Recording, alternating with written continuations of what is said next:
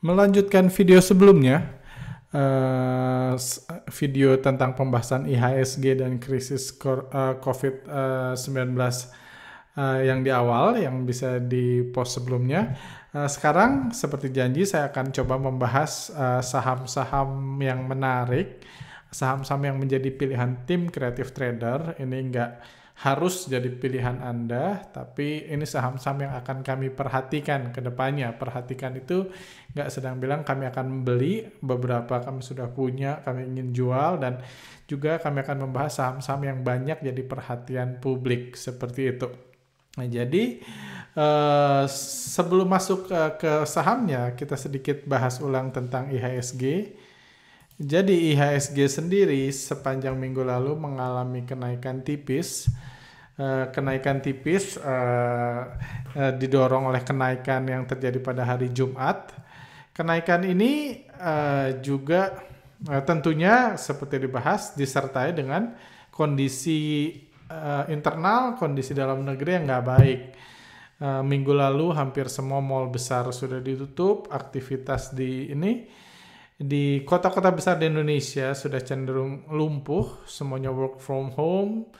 Ada masalah kredit perbankan yang masih repot, small business masih bingung, dan cuman anyway, itu semua urusan perusahaan, bukan urusan bandar yang mengendalikan harga. IHSG sendiri naik, bursa, dan itu bukan cuman terjadi di IHSG, juga terjadi di Amerika. Misalnya di Amerika minggu kemarin sebenarnya mengalami penurunan, jadi cuman ya nggak terlalu mencerminkan parahnya kondisi ekonomi di Amerika Serikat saat ini. Seperti dibahas kemarin, sempat dibahas di channel, jumlah pengangguran di Amerika dalam 2 minggu bertambah 10 juta orang. Itu rekor terbesar sepanjang sejak tahun 29 waktu zaman Great Depression di Amerika. Itu hal terburuk dalam sejarah ekonomi Amerika Serikat tahun 20-an, dan kemarin 100 tahun setelahnya itu jumlah pengangguran naik 10 juta orang. Di Indonesia sendiri nggak ada data itu, cuman itu cerminan dari efek terhadap COVID-19, lockdown, dan lain-lain terhadap ekonomi, which is bukan rahasia lagi. Semua orang bisa lihat dengan kasat mata dan semua orang bisa merasakan. Seperti itu. Jadi Dow Jones adalah faktor yang bisa diperhatikan, karena dalam kondisi kayak gini bursa global itu entah kenapa geraknya barengan. Naik-naik hijau-hijau semua, merah-merah semua kayak gitu. Dan IHSG sendiri agak ngutang dalam tanda kutip dibanding bursa-bursa dunia lainnya, karena IHSG minggu kemarin masih naik, sementara bursa-bursa Eropa, Amerika cenderung sedikit terkoreksi. Kita tahu kejatuhannya juga dimulai samaan, juga dibahas di video sebelumnya, dimulai tanggal 20-21 Februari tiba-tiba bursa-bursa Amerika dibanting, bursa dunia dan bursa IHSG juga dibanting. Sementara sebulan sebelumnya kasus COVID muncul di China jadi blow up. Seperti itu. Jadi ini perhatian kita juga, indeks Amerika. Saya sendiri pakai S&P 500 karena ini lebih mencerminkan nilai saham di Amerika. Cuma anyway itu pembahasan video lainnya mungkin. Oke, yang menjadi perhatian juga rupiah dalam kondisi terus melemah, terus melemah terhadap USD. Sekarang ada 16.425. Kembali lagi, sebenarnya sudah kami bahas juga, sebenarnya rupiah ini efeknya lebih ke psikologis, ke trauma masa lalu, bukan langsung ke ekonomi. Karena kita tahu sekarang ekonomi sedang punya masalah lebih besar daripada rupiah. Masalah lebih besar. Apa masalahnya? Jelas, masalahnya itu ada di masalah COVID, di mana semua negara menutup bordernya, bisnis berhenti, dan lain-lain. Itu masalah lebih besar daripada rupiah sendiri. Konsumsi di semua negara berkurang drastis, itu masalah yang lebih besar. Rupiah lebih ke trauma masa lalu yang sayangnya selalu mengingatkan orang terhadap krisis 97-98. Takutnya orang awam 97-98 krisis seperti itu nanti kejadian lagi karena rupiah melemah lagi, which is sebenarnya itu nggak terbukti karena trennya dalam 10-15 tahun terakhir rupiah terus melemah terhadap USD, ekonomi Indonesia terus bertumbuh. Jadi itu sebagai orang saham yang ngerti, harusnya kita nggak ikut ngerepotin pemerintah dan nggak usah ikut khawatir, karena kembali lagi ada masalah yang jauh lebih besar. Untuk kalau kita mau bahas ekonomi ya, kalau bahas ekonomi ada masalah yang jauh lebih besar kayak gitu. Yang ekspor impor sudah terhambat lebih karena hal-hal yang berhubungan dengan COVID-19, bukan hal-hal yang berhubungan dengan nilai tukar seperti itu. Oke, dan cuman di sisi lain seperti bahas video sebelumnya, hal-hal kepanikan yang sudah terjadi, hal-hal negatif yang sudah terjadi karena COVID-19 itu akan cenderung repetitif di minggu ini, karena sudah kebayang saya selama seminggu ke depan jumlah di Amerika akan terus bertambah, karena memang itu hanya statistik aja, terhitung kapan lockdownnya di minggu ketiga, menjelang minggu ketiga itu akan tumbuh seperti di Italia 2 minggu lalu dan seperti di Spanyol dan Jerman dan Prancis minggu ini. Di Amerika akan bertumbuh, sementara di Jerman ini akan cenderung flat, dan ujungnya kalau kita ini heartless itu hanya angka-angka aja kayak gitu. Dan di Indonesia sendiri unlikely akan terjadi lockdown, very very unlikely. Bahkan saya dengar di Indonesia malah udah cenderung beberapa bisnis akan mulai buka mulai minggu depan karena nggak tahan terus di lockdown. Jadi very unlikely akan terjadi lockdown di Indonesia di akhir minggu ini, sepanjang minggu depan, dan ya itu. Dan jadi sebenarnya kondisinya cenderung kondusif untuk trading. Udah nggak takut lagi orang sama dari angka, kecuali dia kena COVID, dia kan nggak takut lagi. Ketakutannya sudah hilang karena sudah terus memudar karena sudah terjadi selama sebulan kayak gitu. Dan itu juga tercermin dalam voting IHSG yang kami bahas minggu ini. Voting IHSG minggu ini itu kami 45% menganggap akan naik IHSG dan 55% menganggap akan turun. Jadi masih lebih banyak yang turun memang. Tapi kalau dibandingkan minggu-minggu sebelumnya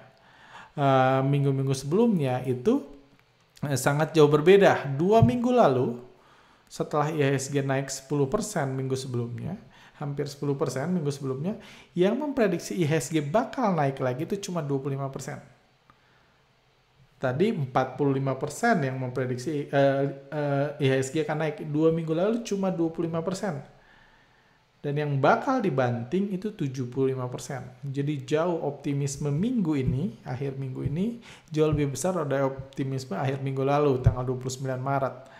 Sesudahnya lagi, tanggal 21 Maret, rating yang sama-sama di Instagram kami, sama-sama kami ini 19%.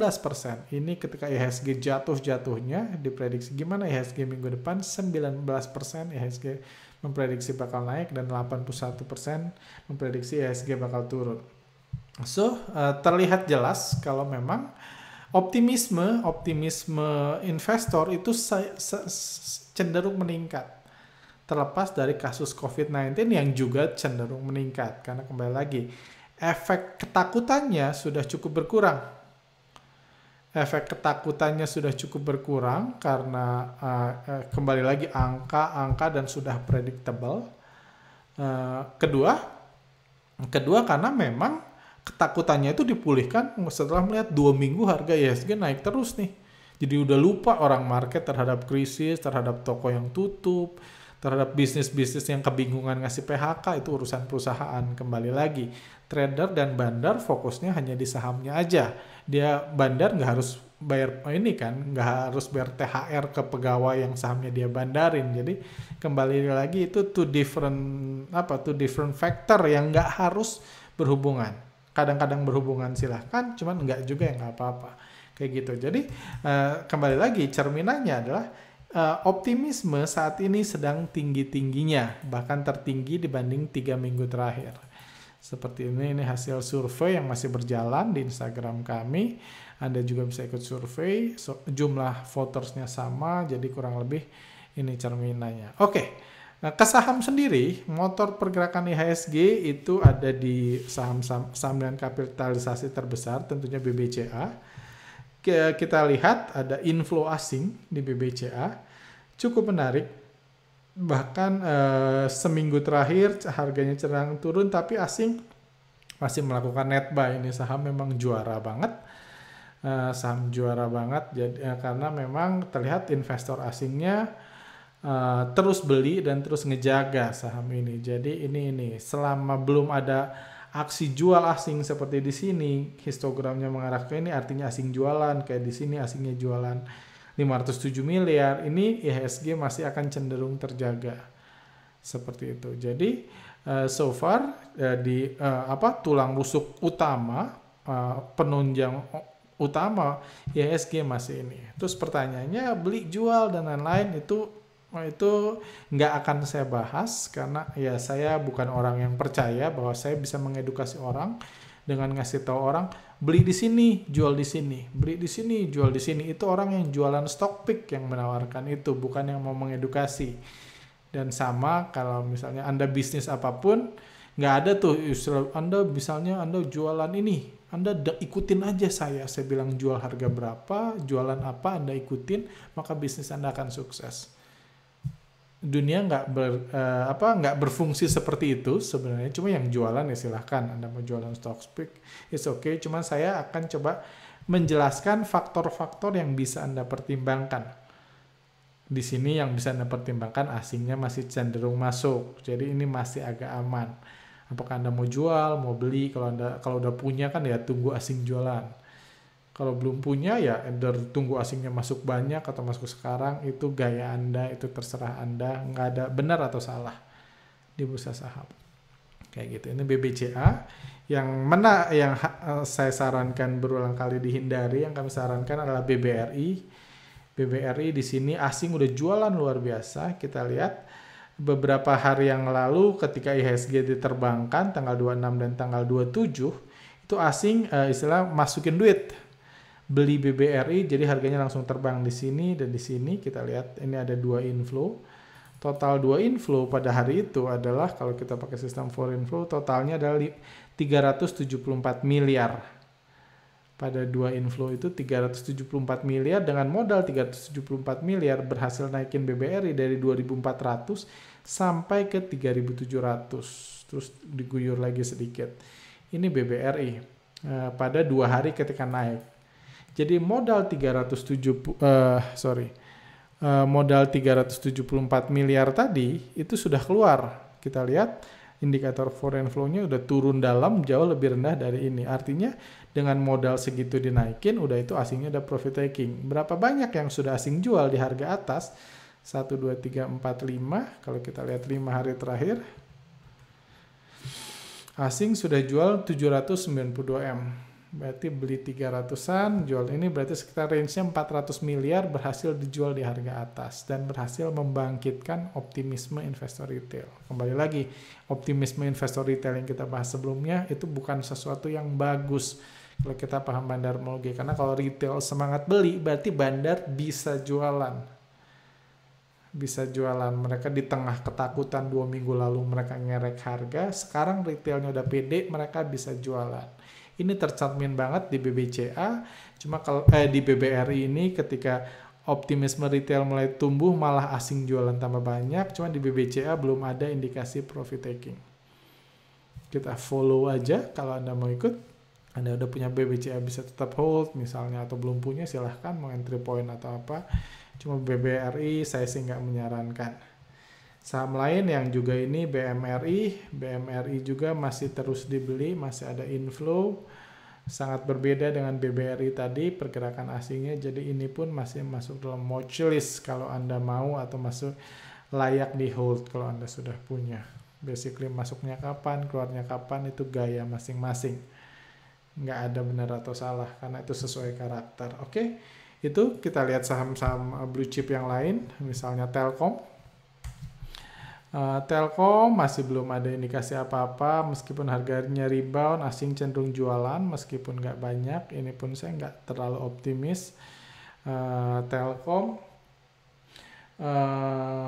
Terus misalnya Unilever, saham ini Unilever kita lihat juga nggak ada niat beli asing di sini dalam seminggu terakhir. Misalnya kita lihat 5 hari terakhir Unilever 54 miliar, cuman at least Unilever kita tahu sektor yang akan aman kalaupun investor asingnya kalaupun krisis ini berkepanjangan. Karena pada akhirnya kalau krisis COVID-19 ini panjang, 6 bulan, 8 bulan, misalnya buka lockdown, orang tetap akan pakai sampo, tetap akan pakai sabun. Jadi Unilever, kalau bahas fundamental, it's salah satu safe bet lah kalau Anda mau ini. Cuman harganya sendiri nggak menarik buat saya di harga saat ini. Itu Unilever. Yang lagi booming juga, Kalbe Farma. Kalbe Farma kita lihat ada yang menarik di sini. Jadi saya coba ini kotakan Kalbe Farma, kita lihat di sini kami pun sempat bahas kalau nggak salah di ini kami di channel kami 2-3 minggu lalu bahwa saham ini sedang dikumpulkan asing di sini. Terus ketika harganya rebound, asing malah jualan besar-besaran. Jadi yang bilang ini penjualan vitamin naik, penjualan masker naik, harusnya Kalbe Farma diuntungkan. Yes, secara perusahaan ya. Cuma secara foreign flow asingnya terus jualan dan kita nggak ini kita lihat korelasinya di sini asing jualan pun pelan-pelan harga turun. Memang ada naik-naik sedikit, selalu seperti itu. Di masa jualan asing di sini ada naik, cuman trennya arahnya turun. Kayak gitu. Jadi ini pun sesuatu yang ya hati-hati lah karena partisipasi asing di sini itu 48%. Kalau kita lihat saudaranya misalnya atau saham-saham sejenis yang itu Indofarma sendiri mungkin kita KF dulu, nanti kita bahas Indofarma. KF di sini kita lihat asingnya masuk terus. Yes, asing masuk terus, cuman analisa foreign flow nggak bisa cuman pakai net buy net sell asing. Kita juga harus lihat partisipasi asingnya. Tadi kita lihat di Kalbe Farma 49, di KF Kimia Farma cuma 1,9. Jadi ya kita nggak usah pedulikan nih asingnya ngapain, karena cuma 1,9%. Bandar nggak mungkin bisa menggerakkan harga kalau dia cuma berpartisipasi 1,9% dari transaksi. Jadi kita hapus aja ini. Terus kita tinggal lihat ini ya. Nggak peduli asing ngapain, jangan peduli karena yang ngatur saham ini bandar lokal ya, kita tahu lah ini saham yang ada hubungannya dengan krisis Jiwasraya dan lain-lain, Asabri dan lain-lain. Kita lihat apakah ada niat akumulasi, itu kita lihat secara bandarmologi karena ini bandarmologi menganalisa nggak peduli dia bandar asing atau bandar lokal. Misalnya seminggu terakhir aja kita lihat. Seminggu terakhir dari tanggal 24 sampai 3 saham KF. Kita lihat sekilas aja rekan-rekan yang ini. Rekan-rekan alumni bandarmologi yang sudah bisa analisa bandarmologi tentunya bisa lihat apakah ini apa yang kira-kira bandarnya ngapain hanya dengan lihat broker summary ini. Saya cuma zoom. So far, yang ini saya simpulkan aja, so far nggak terlihat ada akumulasi. Ketika dalam seminggu terakhir harga KF flat, nggak terlihat ada akumulasi menarik. Jadi saya pribadi nggak ya masuk watchlist, cuman saya nggak terlalu minat dan ini ada kepentingan besar untuk keluar di sini. Kalau kasus Asabri dan kasus Jiwasraya masih seperti sekarang. Kita nggak tahu apakah itu akan dilanjut, atau misalnya big bossnya sudah dilepas, atau kita nggak tahu dan biarkanlah itu berproses seperti ini. Cuman kita tahu sekarang ada krisis yang lebih besar dan kalau krisis di sini sama, mereka akan coba keluar. Krisis bandar di saham KF, INAF itu masih sama dengan yang terjadi awal tahun ini, mereka akan coba keluar. Naikin ini tujuannya keluar. So far nggak ada niat-niat, ada indikasi akumulasi kalau kita lihat pergerakan bandarnya di broker summary. Kayak gitu, itu KF. INAF juga cenderung sama, partisipasi asingnya juga 1%, jadi kita nggak usah peduli asing ngapain di saham INAF karena bandarnya bukan asing. Kalau kita lihat INAF, kita lihat nggak ada indikasi akumulasi juga. Jadi so far ini hanya buat seru-seruan aja, trading silakan, tektok silakan. Cuman nggak ada indikasi yang bagus. Seperti saya bahas di video sebelumnya juga, kami nggak ngeliat ada banyak indikasi akumulasi di saham-saham yang ini. Nah, saham-saham yang rebound beberapa ini terakhir. Ya, akumulasi yang menunjukkan kalau bandarnya sudah optimis seperti kami bahas video sebelumnya. Oke, beberapa lagi misalnya Indofood ada niat jual. Kita lihat ada yang menarik di sini. Jadi di kejatuhan di bulan Maret. Ini juga menarik, kejatuhan bulan Maret agak mirip-mirip dengan Kalbe Farma. Ketika harganya jatuh, ada akumulasi yang dilakukan investor asing di sini. Jadi ini bukan indikator teknikal, kembali lagi ini hanya net buy net sell asing aja. Jatuh, Indofood 54%-nya partisipasi asing, jadi saham ini dibandari asing. Ketika jatuh ada akumulasi asing. Dan di sini rebound ini dan terus dia setelah akumulasi ketika ini harganya dibalikin ke atas, tapi di atas asingnya malah jualan. Yes, ini juga saham yang harusnya nggak berpengaruh dari COVID, tapi ternyata di tengah kondisi yang sudah lebih tenang, sudah lebih ini, asingnya malah profit taking. Dia beli ketika jatuh, dia kerek naik, terus di atas dia jualan. Cukup besar penjualan asing di ini, bahkan memecahkan beberapa rekor. Kalau kita lihat di sini, sistem foreign flow dia bilang hari ini terakhir misalnya, outflow 5 hari terbesar dalam 1 tahun. Jadi dalam 1 tahun terakhir asing nggak pernah jualan sebanyak asing jualan minggu lalu. Jadi outflow mingguan terbesar dalam 1 tahun. Jadi hati-hati juga jadi di saham ini kayak gitu. Ada saham mining ada hubungannya sama oil.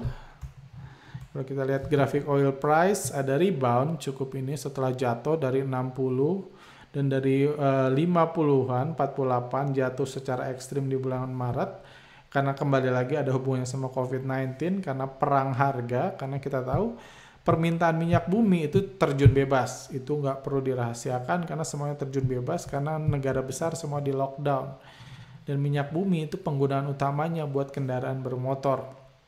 Jadi permintaan minyak bumi terjun bebas otomatis akan menurunkan income dari perusahaan minyak bumi. Dari penjualan negara-negara eksportir minyak bumi. Salah satunya adalah Arab Saudi. Arab Saudi sendiri adalah negara dengan biaya produksi paling rendah. Itu sebabnya mereka berani sengaja menjatuhkan harga. Supaya apa? Supaya cuma mereka yang bisa produksi. Jadi karena uangnya tinggal sedikit yang mengalir, jadi Arab Saudi pengen coba merebut semua uangnya karena bagi mereka minyak bumi nggak ada harganya sebenarnya. Yang ada harganya itu ya rakyatnya harus makan, apalagi penghasilan kedua terbesar Arab Saudi yaitu dari jemaah umroh dan haji saat ini sedang disuspend karena COVID-19 lagi. Jadi ada perang harga antara Rusia dan Arab Saudi. Dan itu akan membunuh eksportir di Arab lainnya yang dengan biaya produksi lebih besar. Seingat saya di Arab Saudi itu sekitar 10-15 dolar per barel biaya produksinya. Jadi kalau jual 20 mereka masih untung. Dan karena penjualannya, karena mereka butuh uang sangat banyak, mereka coba jual dalam jumlah sangat besar. Caranya sangat besar gimana? Dia buat orang lain nggak bisa jualan karena mereka jual dengan harga sangat murah. Kayak gitu basically. Donald Trump coba mengintervensi, kita lihat jadi minggu ini harusnya harga oil akan volatile. Efeknya apa buat perusahaan yang ini pengeboran minyak bumi, harusnya mereka akan berhenti beroperasi. Cuman di Indonesia sendiri nggak banyak karena Indonesia adalah importir minyak bumi. Fokusnya mungkin ada di saham-saham pertambangan. Cuman menariknya saham batu bara sebenarnya ini nggak saham batu bara sebenarnya nggak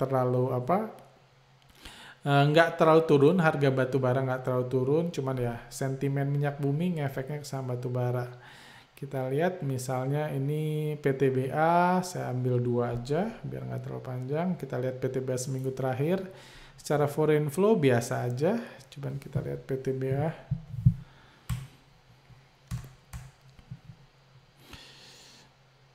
Not bad sebenarnya, agak sedikit ada indikasi akumulasi di PTBA. Satu lagi mungkin kita lihat Adaro.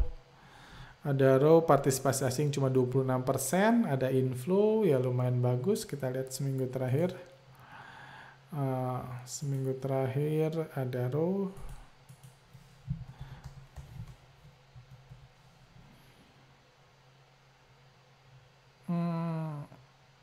Yes, not bad juga, nggak terlalu ini. Jadi 2 saham ini sepertinya masih bisa watchlist dibanding beberapa saham tadi. Saham batubara masih sedikit better.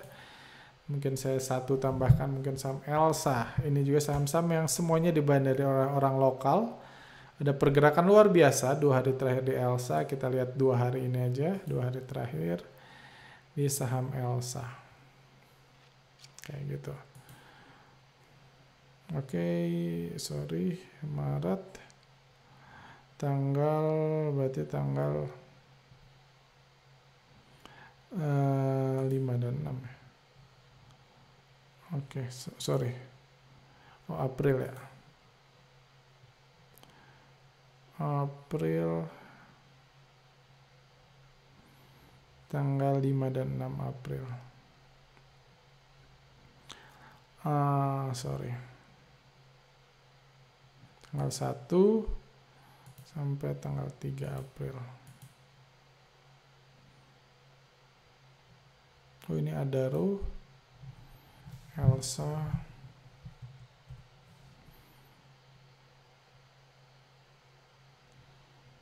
Cukup bagus juga Elsa. Cuman dibanding kenaikan harganya dan ada beberapa broker retail masuk, saya sendiri nggak terlalu expect ada kenaikan harga yang istimewa. Oh ya, satu lagi tadi sepertinya saya salah menganalisa bandarmologi karena tanggalnya salah, harusnya April. Kita lihat dari awal minggu lalu sampai ini untuk Adaro menarik, masih menarik karena ini tadi saya harusnya Maret bukan Februari. Adaro masih menarik, jadi ini sedikit ralat aja biar kita nggak usah balik lagi. PTBA juga masih menarik. Jadi basically tadi saya salah setting tanggal, saya mau menganalisa seminggu terakhir pergerakan bandar di Adaro, PTBA, INDF